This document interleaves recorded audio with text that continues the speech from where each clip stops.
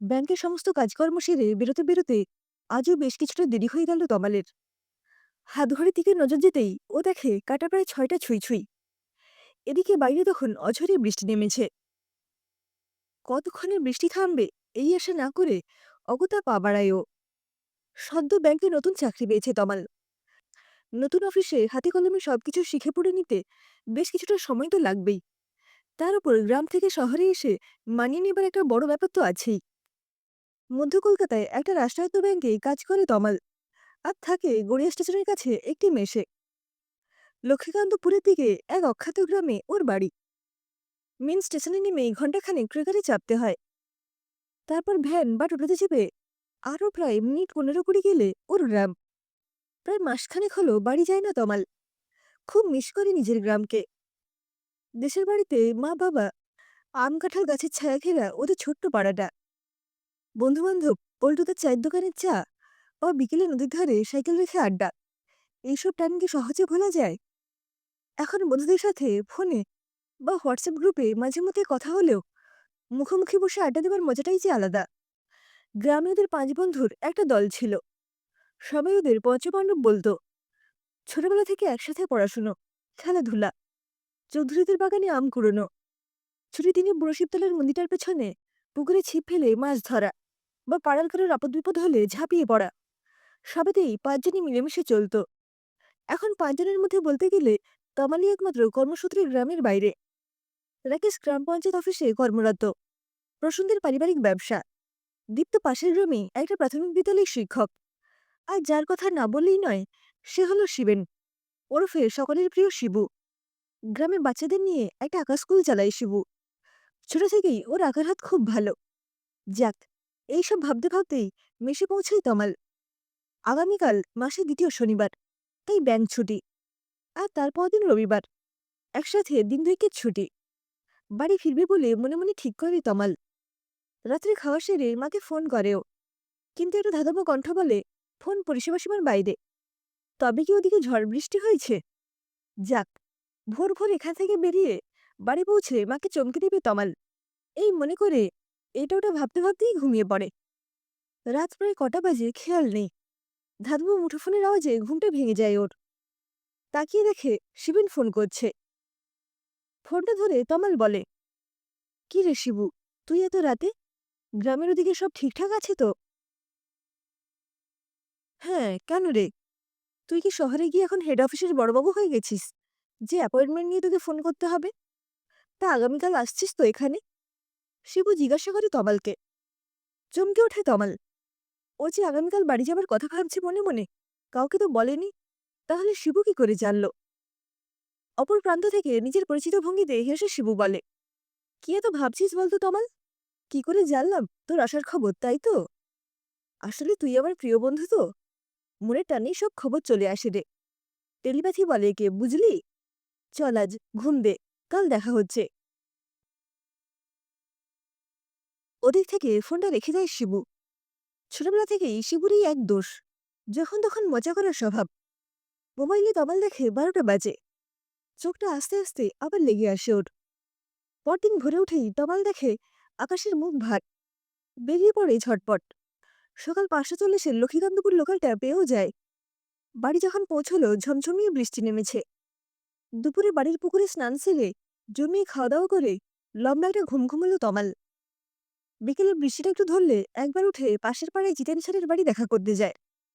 দুপুরে মায়ের কাছে শুনেছিল ওনার শরীরটা বিশেষ ভালো যাচ্ছে না।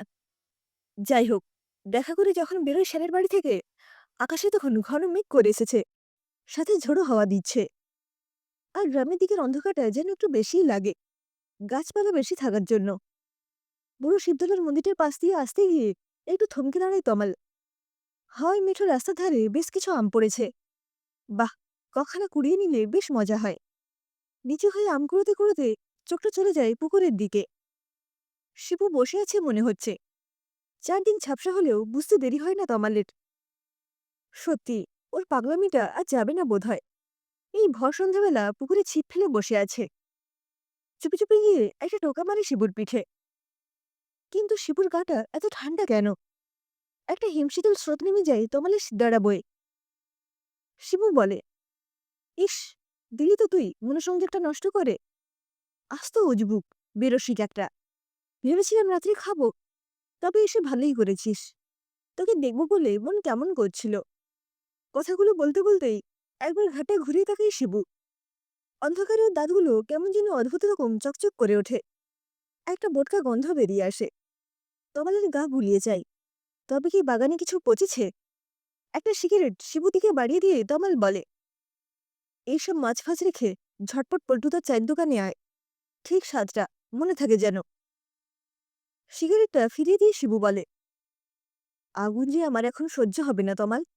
কাল তো দগ্ধে দগ্ধে পুড়ে মরলাম রে। একটু চমকে উঠল তমাল। বলে কি পাগলটা? তারপর সেই পরিচিত ভঙ্গিতে হাসি।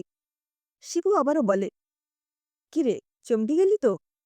আরে কাল আমার আগের ক্লাসের ছাত্রছাত্রীগুলো যা বেগ দিল আমাকে, এক একজনের এক এক রকম বায়না।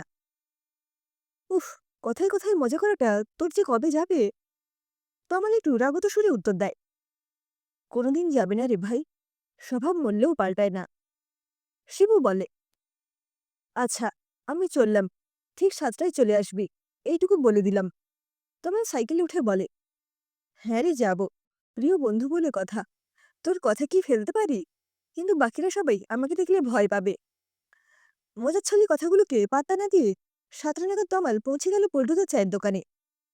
দেখে সবাই, মানে রাকেশ, দীপ্ত, প্রসূন, সবাই হাজির ততক্ষণে, শুধু শিবু ছাড়া। কিন্তু সব কেমন জানি চুপচাপ। পল্টুদার চায়ের দোকান তো সন্ধ্যাবেলা গমগম করে। তমালকে দেখে সবাই বলে, তুই কখন এলি? তমাল বলে, এই তো আজ সকালে এসেছি রে। কিন্তু শিবুকে এত করে বলে এলাম, ও এখনো এলো না। ও না এলে আমাদের আড্ডা জমবে কি করে? ওর কথা শুনেই সবাই তমালের মুখের দিকে চাওয়াচাই করতে লাগলো। দীপ্ত তারপর নীরবতা কাটিয়ে বলে উঠল, তমাল, তুই শিবুকে কোথায় পেলি? শহরে গিয়ে কি নেশা টেশা করছিস নাকি? তমাল এবার পুরো ঘটনাটা খুলে বলে ওদের। গতকাল রাতের ফোন থেকে বিকেলে বুড়ো শিবতলার পুকুরে মাছ ধরা পর্যন্ত। সবাই এবার বলে তমালের মাথা খারাপ হয়ে গেছে। যাকে কাল রাত ১২টা নাগাদ কাঁধে করে শ্মশানে পুড়িয়ে দিয়ে এসেছে সবাই মিলে, আর তাকেই কিনা মাছ ধরতে দেখা গেছে। তমালের মনে পড়ে যায় রাতের ফোনটার কথা। মোবাইলের ঘড়িতে তখন তো ১২টা বাজছিল।